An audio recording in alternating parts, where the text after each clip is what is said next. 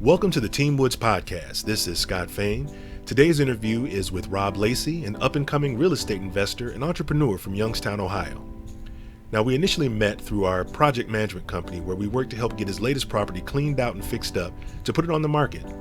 In our conversation, we learned a little bit about his roots and what he's offering and looking for as it relates to potential home buyers for his current and future properties. As a matter of fact, the pictures that you're going to see during this podcast are of his current property at 161 South Roanoke in Youngstown. Quick production note, my voice may sound a little off in the recording, but I hope you can still enjoy our conversation with Rob Lacey. So without further delay, let's start the show. This is Scott Fain with the Team Woods Podcast, and today I'm welcoming our special guest, Rob Lacey, an investor that we've been working with recently in Youngstown. How are you doing this morning, Rob? I'm doing well, Scott. Thanks for asking. How about yourself? I'm doing wonderful. Getting past all these technical difficulties this morning. The reason that we're talking with Rob today is, or we're talking with you today, Rob, is that we've been working with you on some project management. You have a property that you are renovating in Youngstown, and just I know you're trying to build some things and build some investments and help the community, and just wanted to get to know you a little bit better and talk about what you're trying to do. So first off, you're not from Youngstown? I mean, excuse me, you are from Youngstown, correct? Yes. I was actually born in Chicago, but I spent a brief moment in Chicago. But shortly thereafter, we moved to Youngstown, and was pretty much born and well raised there up until graduation. Then I actually went to the Navy directly from high school, and spent 4 years in the Navy, and came back home to Youngstown again briefly. Started with the company that I'm with today, um, and spent about a year there after I joined the Navy back in Youngstown working with my company, and I ended up transferring back out to Virginia where I last served in the military. And I've been in Virginia ever since 2007. Okay, you actually came out about a year ahead of me to Virginia, because I've been out here since late 2008. Oh, okay. Yeah, it's a beautiful place. I know. Just as a side note, all of my allergies kind of went away when I moved out here, so I fell in love after that. I wish I could say the same, Scott. So, what's your occupation? What do you do for a living right now? If it's not investment, strictly investment. Yeah, outside of investments, I'm in the landscaping industry. I've been doing this for 15 years now. Made it to the management level, so I'm not out in the field as much anymore. But I've been doing it for 15 years, and hopefully this will be my last year as I embark upon my journey of pursuing entrepreneurship. So my goal is to leave my full-time job sooner rather than later. Hopefully, the end of 2020 will bear that fruit for me. Depending on what God's plan for me is, we'll see how it all plays out.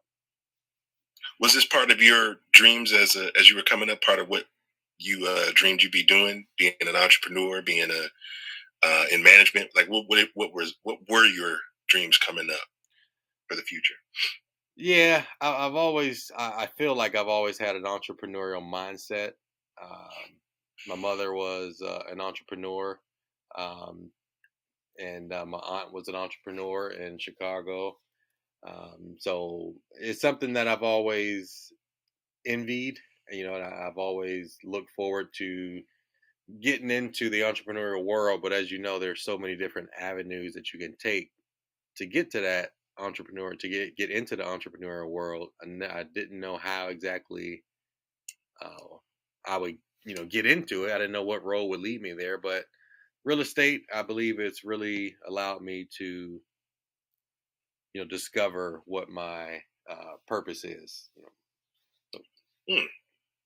Okay, but now as far as like when you're looking at doing real estate, what was it that drew you back to Youngstown specifically? Well, my wife and I were both from Youngstown, and we've both been gone since 7. And we don't come back often. We don't have a lot of family there. Um, you know, and there's not a whole lot of positivity within the circles that we grew up in. And the city is just it's done a lot for us and made us who we are today, but it's also taken a lot from us. And still, those experiences made us who we are. But we don't come back to Youngstown often. We hadn't, but ever since we found real estate, we feel like this is a way that we could give back to the city, just by helping people have find home ownership.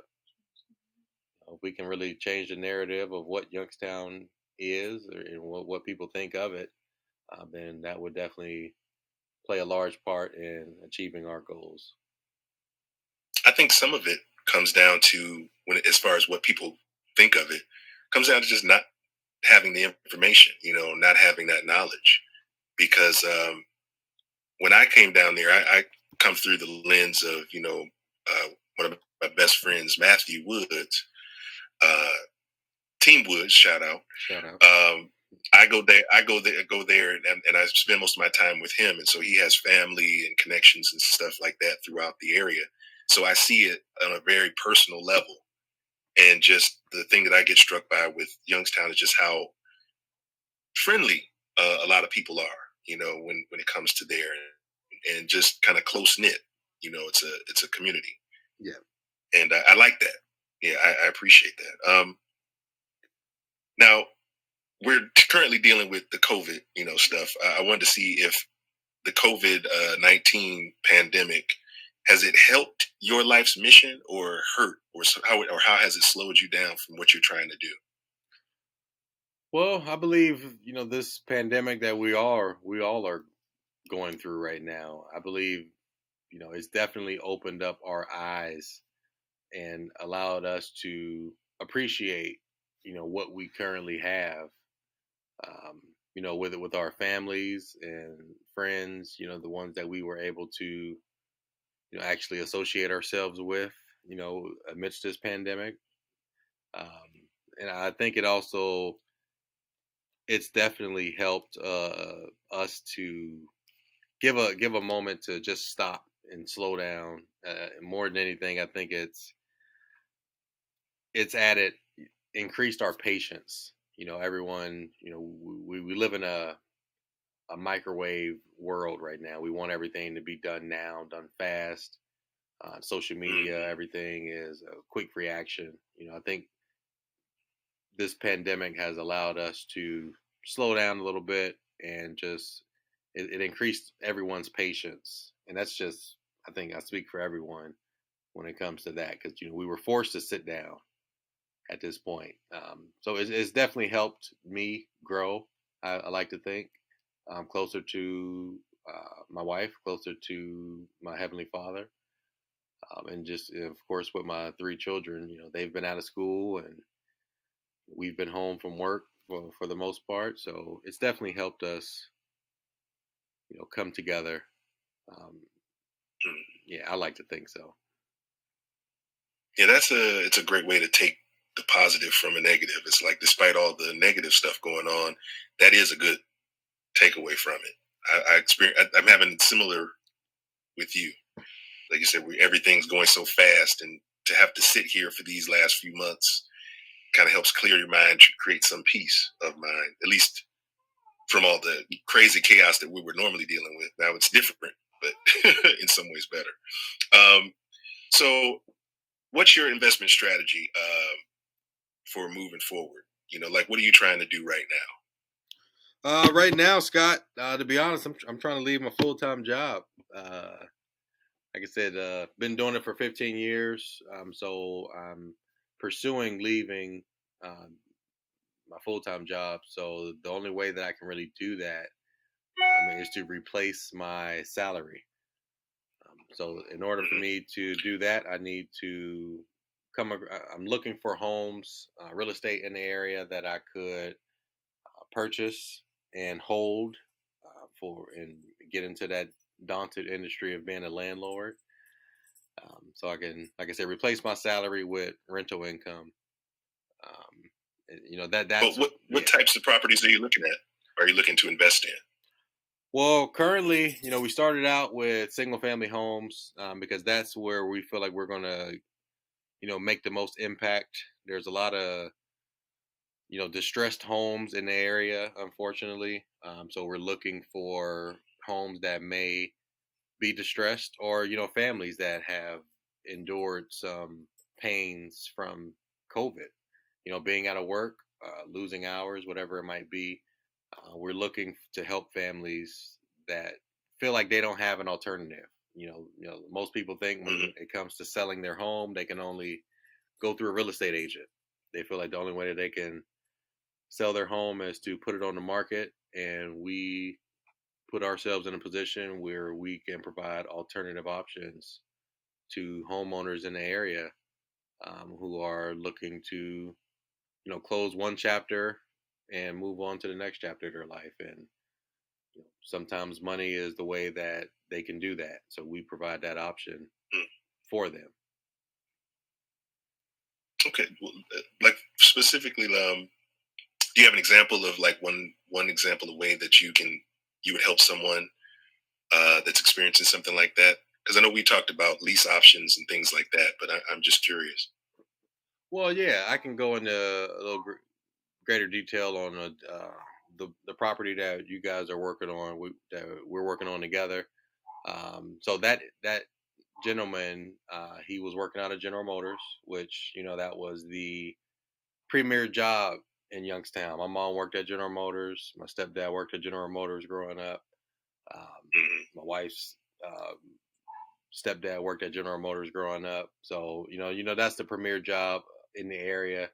Once General Motors closed, it changed a lot of people's plans living in Youngstown, and specifically the guy that we helped, he was relocated to Indiana, I think it was, and he had to go if he wanted to continue working with General Motors. He was being relocated to Indiana, and he had to leave his house back in Youngstown, and we were able to come to an agreement on price, and we were able to help him out so he didn't have to continue to pay two mortgages on both properties. So we were able to help him out after coming to an agreement on price. We were able to get him the cash that he needed to start his next chapter of his life within 30 days of meeting him. So it was a really quick and painless process, and I like to think that he would say the same. Um, but yeah, Yeah, I like that. That yeah, when you get a chance to help someone, we experienced a lot of that when the short sale boom was really going on, helping people out of situations like that. Um, I wanted to find out. Okay, so you're looking at single family homes. Any areas in particular that you're focused on in Youngstown? no area in particular. Naturally, some areas are better than others. But that's just Youngstown, as we Mm-hmm. know it. The property that we actually were able to help this gentleman with, it was on the in between the West Side and Austintown. So this was a Mm-hmm. more desired area, if you will. So um, we were able to help him out, and then also we're working currently on trying to set up a position, a situation where we can get a new family in that home and bless them with the opportunity of home ownership. Through like a lease option or a land contract. Yeah, yeah. So what we're doing, what we're pursuing on this property is a rent to own option. Just giving a Mm-hmm. family who, because a lot of us are, we have challenged credit to say the least. Um, but we work hard. We go to work every day. We support our families. We pay the bills that need to be paid. But we've had some credit challenges in the past, and the bank may not finance us on a home. And home ownership is Mm. something that I believe is undervalued, and we don't have a lot of opportunity to become homeowners unless we have A1 credit. So we're just looking at the rent to own option, leasing a property to a family to see if we can find the right family that would like to move into a home, and potentially within the next, our terms are typically 3 to 5 years. Within that time frame, we give them the opportunity to build their credit up, and by the end of that term, they are able to get the financing needed to purchase that home. Yeah, that's a good plan. That's one of the things that we like to work with when we're doing real estate in Michigan, especially. That 1-2 punch of getting someone in and helping them get the credit together. We have like connections with credit repair specialists that we can put people in contact with, and it's like you're saying, it builds a community, builds credit, builds helps someone build something for their future. Um, Yeah, I agree. Now, what I wanted to touch on what any potential buyer or renter from you should know if they're looking at a Rob Lacey property. What kind of things are you looking for in a potential tenant? Um, like Yeah, if someone's looking to do a land contract or a rent to own deal, what should they have together for you in order to be considered? right. And our company's name is A Plus Homes. So A Plus Homes, we are a real estate investment company, but we are looking, like we spoke about, to provide that home ownership for people who can't qualify for bank financing. So just like a bank would ask you typically, if you go to a bank, they're going to ask you for 20% down. Um, we're not asking for that exorbitant amount of money down. We know that's a lot of money to come off of, um, but a down payment of anywhere between 5 to 10% of the asking price, that's going to be something that's going to be required. Um, and naturally, references are going to be critical.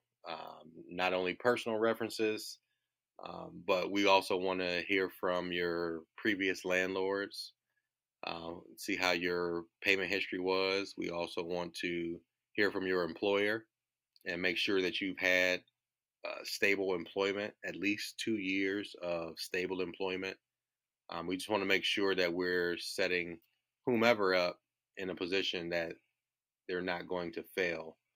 Um, but yeah, of Mm, course, we're not really so much emphasizing credit, because like we said, we know that people have challenged credit, so that's not going to be what disqualifies one from getting into a home.